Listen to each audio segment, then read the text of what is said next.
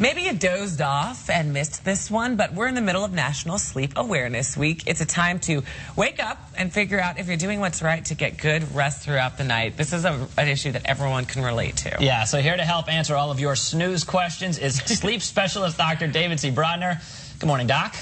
Good morning. Thanks for having me. The first question when you talk about sleep is, how much do you need a night? That's a very common question. Basically, we like to see at least 7 to 8 hours. Now, everybody is different, so there are some individuals, it's rare, but some individuals can get away with less. But in general, I think for everybody out there watching, aim for 7 to 8 hours of good sleep. Okay, doctor, sorry, was there more? Well, what I was going to say is good sleep is basically you need to set up an environment where it's nice and quiet, it's cool. We were talking about blackout curtains before. It's dark. You need to make your bedroom kind of a sanctuary so that when you are asleep, you're getting good quality of sleep. It's not just spending 8 hours in bed. Okay, a lot of people think, they're sleepy in the morning, but there's a fine line between just being tired and then having a sleep disorder. So talk about what are some of the disorders?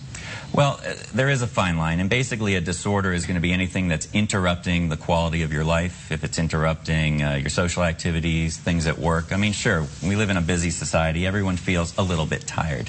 But if it's prohibiting you from doing what you need to do, then it's probably a disorder, and it's probably time to bring it up with your physician. And some of these disorders are pretty serious and can have pretty nasty side effects, right? Absolutely. I mean, sleep is so important for our general health. And some of the more common problems like an insomnia or sleep apnea are associated with serious medical problems. Things such as depression, sleep apnea affects the heart, so high blood pressure, heart attacks, strokes. So it is extremely important to not only get good quality sleep, but if you're not, talk to your physician and take a proactive stance, and we can all get better sleep. All right, doctor, some of us, we work on a very interesting schedule, and others have newborns at home, others have their cell phone blowing up all the time. So Tylenol PM and other medications like that, that's oftentimes the answer. Right. What do you say about that?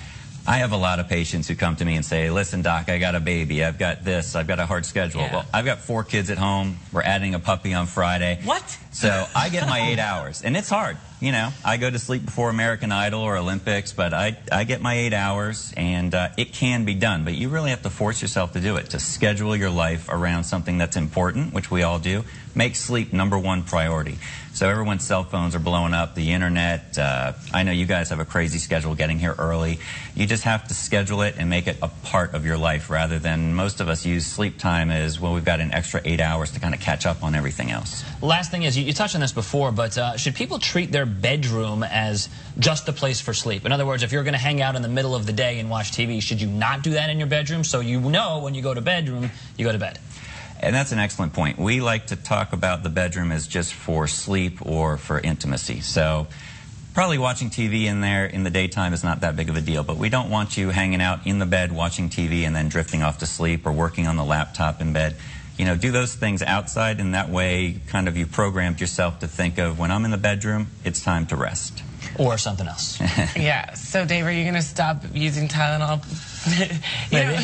I will wean. Because we have to go to sleep, and Dave has the hardest time sleeping, and you're saying maybe just ditch the Tylenol PM and do other things. Well, thanks, Doc. We'll more closely examine my personal case during the commercial break. Yes, we will. Yes, thank you very much. Thank you. For more health tips, for more health tips like how to have the best sleep ever, who doesn't want that, or to find a doctor to help you get to sleep, check out southflorida.com/health. 7:42 and Jeff Malcars. I just want to say, as soon as we go to commercial break, Dave's going to say, really, Kristen? I got to be honest with you.